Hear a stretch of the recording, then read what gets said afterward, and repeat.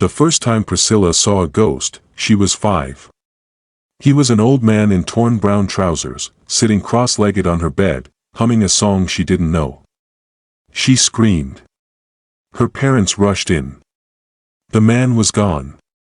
Her mother said it was a nightmare, but Priscilla insisted.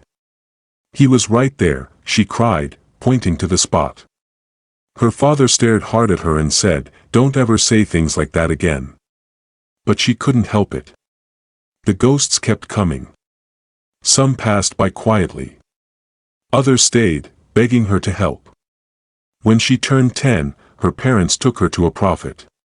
He poured oil on her head and called her possessed. For 3 weeks, she was bathed in bitter water, made to fast, and locked in dark rooms while the prophet shouted and her parents cried. When it was over, nothing changed, except Priscilla.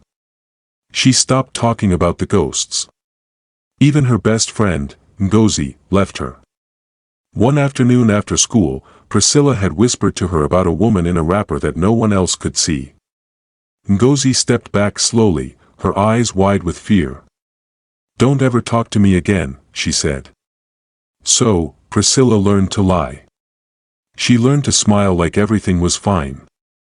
But she never let anyone get too close.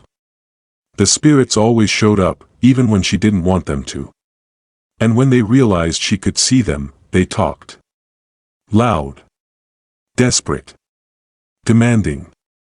She helped the ones she could, quietly, cautiously. She ignored the rest, especially the ones who wanted more than she could give. Now in her second year at the University of Ibadan, she was the weird girl who didn't join group chats, didn't sit with anyone during lectures, and was always murmuring to herself under trees or behind buildings. The campus was big, but the ghosts still found her. The dead don't care about gates and fences. Still, Priscilla survived. She used her gift when she had to. She knew secrets, who was cheating, who was lying, who had stolen money in her faculty. The dead told her things they overheard. It wasn't a good life, but it was hers. Until the day she met him, the spirit who didn't feel like one. And for the first time in years, she made a mistake. It happened outside the school library. Priscilla had just stepped out, tired, her head pounding from a noisy spirit who wouldn't stop complaining about his funeral. She crossed the walkway, heading for the small garden behind Faculty of Arts when she saw him, leaning against a wall, looking lost, tall. Handsome. Clean-shaven. Not pale or flickering like the others. He was dressed in a black t-shirt and jeans, just like any regular guy.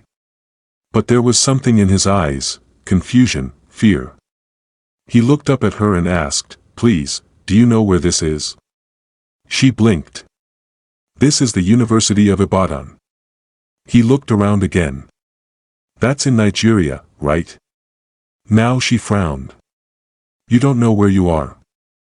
"I don't know anything," he said, running a hand through his hair. "I just woke up here. I don't even know my name." Her heart kicked. Something wasn't adding up. His skin didn't have that dull, faded tone spirits usually carried. There was no breeze when he passed by. No chill. No flicker.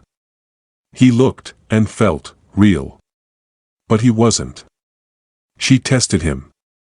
"Can you hold this?" she asked, handing him a leaf from the ground. He reached out. His hand went straight through it. Her breath caught in her throat. His eyes widened. What just happened? She took 2 steps back. "You're not alive," she whispered. "You're a ghost." He looked at his hands, shaking his head. "No. That's not. I can't be." She turned to leave. She'd had enough for the day. But he followed. "Wait. Please. I don't understand what's going on. You can see me, right? You're the only person who's looked at me since I got here." "Leave me alone," she said sharply, but her voice cracked. The garden was empty. He stayed close behind. "I'm not trying to scare you," he said gently. "I just need help. I don't know who I am." I don't even know if I'm dead. She turned sharply, her eyes meeting his. That makes two of us. She walked away fast, expecting him to disappear like the others. He didn't. He followed her all the way to her hostel, and stayed. By morning, he was still there. Sitting at the edge of her bunk like he belonged. Priscilla jolted awake and nearly screamed when she saw him again, solid and quiet in the early light. You're still here? She asked, rubbing her eyes. I don't know where else to go, he said. I waited outside after you locked the door, then came back in when your roommate left for class. She sighed. Her roommate, Blessing, was always out early, which gave her privacy. But this wasn't what she wanted privacy for. This has never happened before, she muttered. He sat forward. You mean, seeing ghosts? No. I mean a ghost sticking around like some stubborn fly, she snapped. The others, once they see I won't help, they fade. But you're clinging. He shrugged. Maybe it's because I don't know how to leave. Or maybe I'm not a normal ghost. That part, she already suspected. His presence was different, too vivid, too heavy, too alive. She couldn't sense the usual blur between the physical and spiritual. It was like he still had one foot in this world and the other, waiting. Still, it was becoming a problem. In class, he sat beside her. When she walked around campus, he trailed behind. At first, people didn't notice. But soon, whispers started. Why is she always talking to herself? She day mad? Maybe it's jazz. Or mental walla. By the end of the week, 3 course mates had blocked her on WhatsApp. One girl changed seats in class when Priscilla arrived. And the ghost? He didn't care. I'm sorry, he said one night when she snapped at him for following her to the library toilet. I just feel like you're my only anchor. She looked at him closely. His shoulders were slumped. His eyes were tired. You're not fading yet, she said, more softly now. No, he replied, but I feel like I'm floating further away every day. Something clenched in her chest. She hadn't asked for this. But she couldn't push him away anymore. Okay, she said. We'll figure out who you are. He smiled then, and she saw it, just a flicker of light behind his eyes. A pulse that he wasn't completely gone. Not yet. Priscilla started keeping notes. A plain jotter hidden beneath her mattress, filled with scattered clues from a ghost who remembered nothing. She asked him questions every day. What's the last thing you recall? Do you remember your family? Any place you recognize? Most times, his answers were the same, nothing. But once in a while, something broke through the fog. There was a car, he said one evening as they walked past Mellenby Hall. Black. Fast. I think I was inside it. She paused. Driving? No. Someone else was. It was raining. Hard. Priscilla wrote it down. A car. Rain. Passenger, not driver. Another day, in the middle of a lecture, he stood up and said, Victoria Island. That name just popped in. She scribbled again. Slowly, the puzzle started to take shape. From his accent, his well-groomed appearance, and the designer watch he still wore like a ghostly accessory, she guessed he wasn't some broke street boy. He had once lived well. She began to think, maybe even wealthy. Let's call you something for now, she said during a late-night walk. Until we find your real name. He tilted his head. Like what? She smiled. Tiga. You look like a Tiga. He shrugged. Fine by me. By now, she was talking to him openly. She didn't even bother hiding it. Her reputation was already ruined, so what was the point? Tiga followed her into lectures, into the market, into the hostel. He sat quietly beside her when she studied, helped her brainstorm during tests, even laughed when she joked about Unilag boys being overrated. And it became something more than company. She caught herself waiting to hear his voice in the mornings. She listened when he shared a new memory, like the scent of vanilla or the sound of a woman's laugh. He didn't feel like a ghost anymore. He felt like a friend. Until the day he stopped speaking mid-sentence and looked down at his hands in horror. "I can't feel my fingers." She stared. His edges were blurring, his form softer, less grounded. "Tiga," she whispered, standing slowly. "You're fading."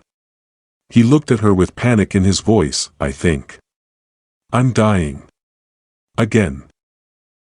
Tiga stopped appearing for 2 whole days. Priscilla thought she was losing her mind. She didn't sleep, barely ate. She wandered around campus, whispering his name like a secret. Every shadow made her flinch. Every echo made her turn. She sat alone under the almond tree near Faculty of Arts, biting her thumb until it bled. "Where did you go?" she whispered. "You said you wouldn't leave."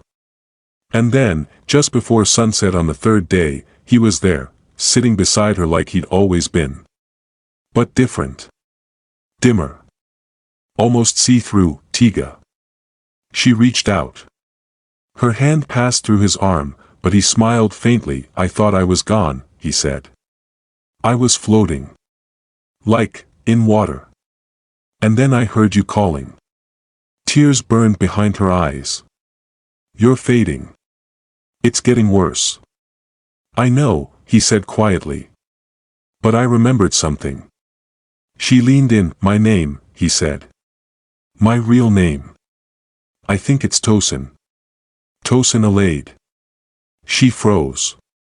That name, it sounded familiar. Then he added, "I saw glass, blood. I think I was in an accident." "Where?" she asked quickly. "Lekki Ape Expressway," he said. "Rain. Headlights. Then nothing." She pulled out her phone. Her hands shook as she typed, "Tosin Alade accident Lekki Ape."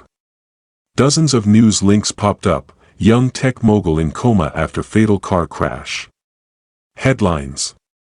Dates. Photos. She gasped. The face was his. Alive. Breathing. But unconscious. In a coma for almost a year. He stared at the screen. "That's me." "You're not dead," she said, almost laughing and crying at the same time. "You're still alive." "I don't feel alive," he whispered. But now she had a name, a photo, and a clue. She dug deeper. Lifeline Specialist Hospital, Victoria Island. That's where he'd been admitted. But the last update was months ago. "No visitors. No progress. They've forgotten you," she said. "Even your family." He looked down, his form flickering. "Maybe I deserve it." "No," she said, voice firm. "You're not finished yet. You just need someone to pull you back." And she had already decided, she would be that someone. The hospital smelled like antiseptic and tired hope. Priscilla had never been inside a private clinic like this before, white marble floors, humming air conditioners, bored-looking nurses with polite smiles. She told the receptionist she was a concerned relative, and they let her sign in. Tiga walked beside her, silent. His steps made no sound, but his face carried something close to dread. "Room 209, the nurse said. "2nd floor." The walk down the corridor was the longest of Priscilla's life. Her heart thudded louder with every step. When she reached the room, she paused, hand on the doorknob. "You ready?" she asked softly. Tiga didn't answer. He just nodded. Inside, it was quiet. The air was colder. A single window let in pale morning light, and in the center of the room was a hospital bed. Machines beeped softly. Wires connected to a still, pale man. He lay there, eyes closed, chest rising and falling in slow, mechanical rhythm. Priscilla stepped closer. Tiga stared at himself. "That's me," he whispered. It was strange, watching him study his own body. The man in the bed looked fragile, like sleep had become a permanent condition. His hair had grown longer. His beard was patchy. But the resemblance was clear. "You're not dead," Priscilla said again. "You're in between." He didn't speak. His ghostly form trembled, flickered. She turned to him. "This is what's happening. You're slipping further away because your body's giving up. If we don't do something soon." "I know," he said. That day, she sat beside the bed for hours, talking to him. Both versions of him. She read old articles about his company, Allied Tech. She played soft music. She even told him jokes. The nurses thought she was praying. No one questioned her. Each day, she came back. With Ghost Tiga beside her, she told the man in the bed stories about his life. She reminded him who he was. What he had. What he could still come back to. And each day, the flicker in Ghost Tiga grew dimmer. Until one afternoon, he stood beside her, placed a hand on her shoulder, and she felt it. A warm, heavy touch. She looked up. "I think it's time," he whispered. And he vanished. It was raining the day Tosin Alade woke up. Priscilla had fallen asleep beside his hospital bed, chin resting on her arm, one hand loosely holding his. She hadn't meant to doze off, she just couldn't stay awake any longer. The nurses had stopped asking why she kept coming. She was just that girl who talks to the coma patient. Then something stirred. At first it was a twitch, just his finger against hers. Barely there. But enough. Her eyes fluttered open, unsure if she dreamed it. She blinked, lifted her head, and saw it. His eyelids. Moving. Slow, trembling, as if pulled open by sheer force of will. "Tiga," she breathed. Her heart slammed in her chest. His eyes opened fully.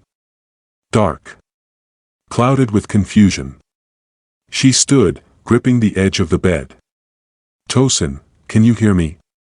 He blinked again. His gaze wandered across the ceiling, then slowly shifted to her. Their eyes met. His lips parted. Dry. Cracked. Barely able to form words. "Who are you?" The words cut sharper than she expected. Her breath hitched. She stared at him, heart crashing into her ribs like a storm. He looked at her like she was a stranger. Like the weeks they had spent together, laughing, searching, fighting for his life, had vanished into smoke. She started, but the words jammed in her throat. He was alive. But he didn't remember her. Behind her, the machines beeped steadily, uncaring. Outside the rain drummed against the windows. And in her chest, her heart broke. "I'm someone who didn't give up on you," she finally said. But he had already looked away. Eyes scanning the room. Lost again. Only this time, she was the ghost.